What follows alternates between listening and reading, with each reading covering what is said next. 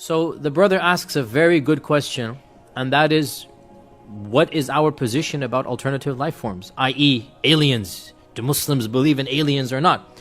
And the fact of the matter is that this isn't a funny question, it's a very serious question. But we don't call them aliens. Has Allah created other beings? Or are we the only creation of Allah? That is the question.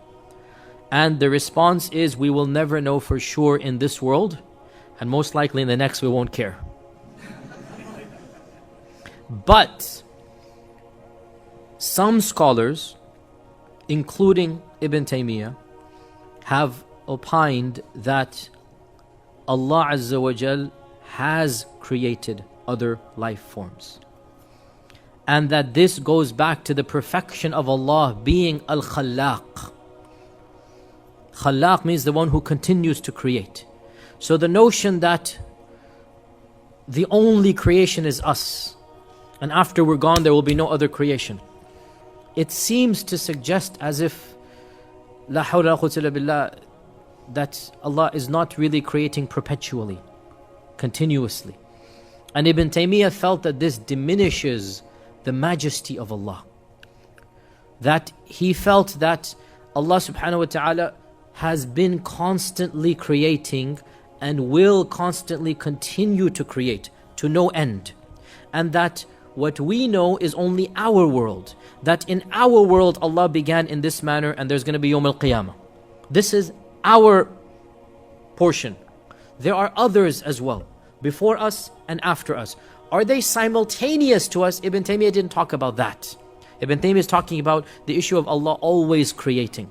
But there's no negation of the fact that other worlds could be simultaneous to us, or other creations could be simultaneous to us. And there are many evidences that might possibly suggest this. So please don't misquote me. Don't tweet Yasir Qadhi saying there's aliens. Please, careful.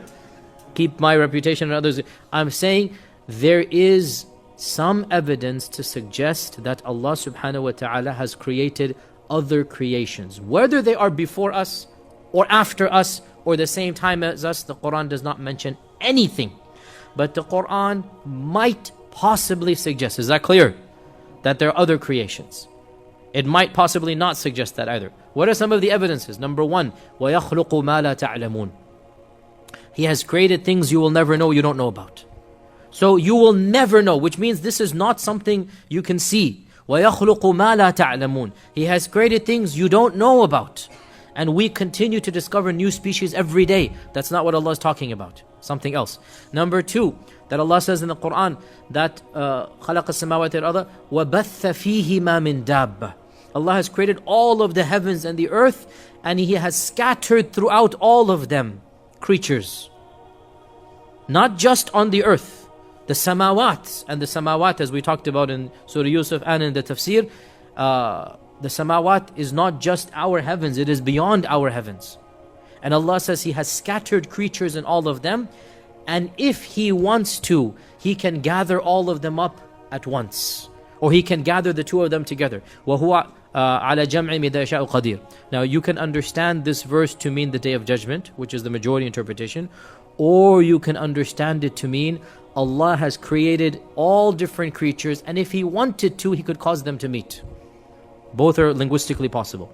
There are other evidences as well. I'll just jump straight to the one I think, Wallahu A'lam, is the strongest evidence to suggest that there might be other creations of Allah. And Allah knows best.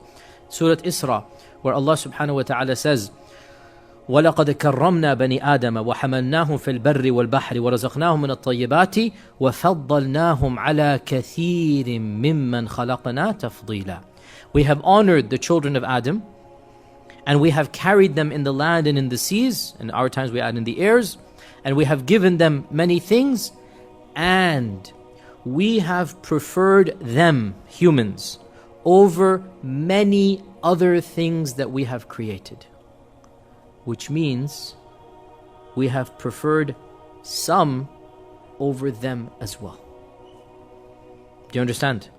وَفَضَّلْنَاهُمْ عَلَى كَثِيرٍ.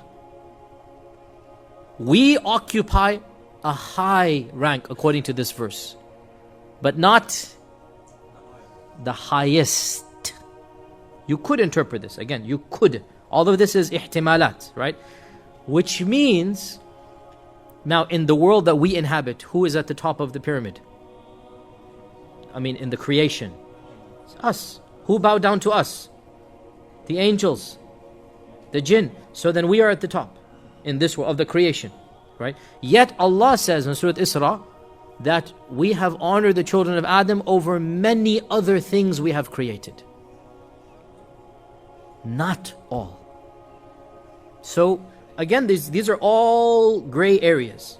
So to summarize, and with this we conclude, we went way over time, the Quran does not explicitly claim that there are other life forms or before or after us.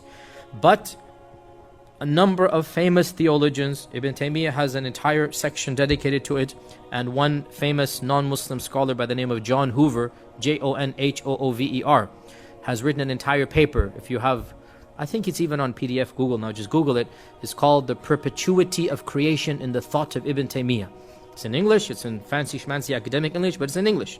And you just Google it, by John Hoover, The Perpetuity of Creation in the Thought of Ibn Taymiyyah. It's an entire paper where he compiles what Ibn Taymiyyah said in his evidences in simple English, well, not simple English, but in English. And basically, this is the summary of it, that he says, it befits the majesty of Allah to have created and to continue to create, and we are but one of Allah's infinite creations.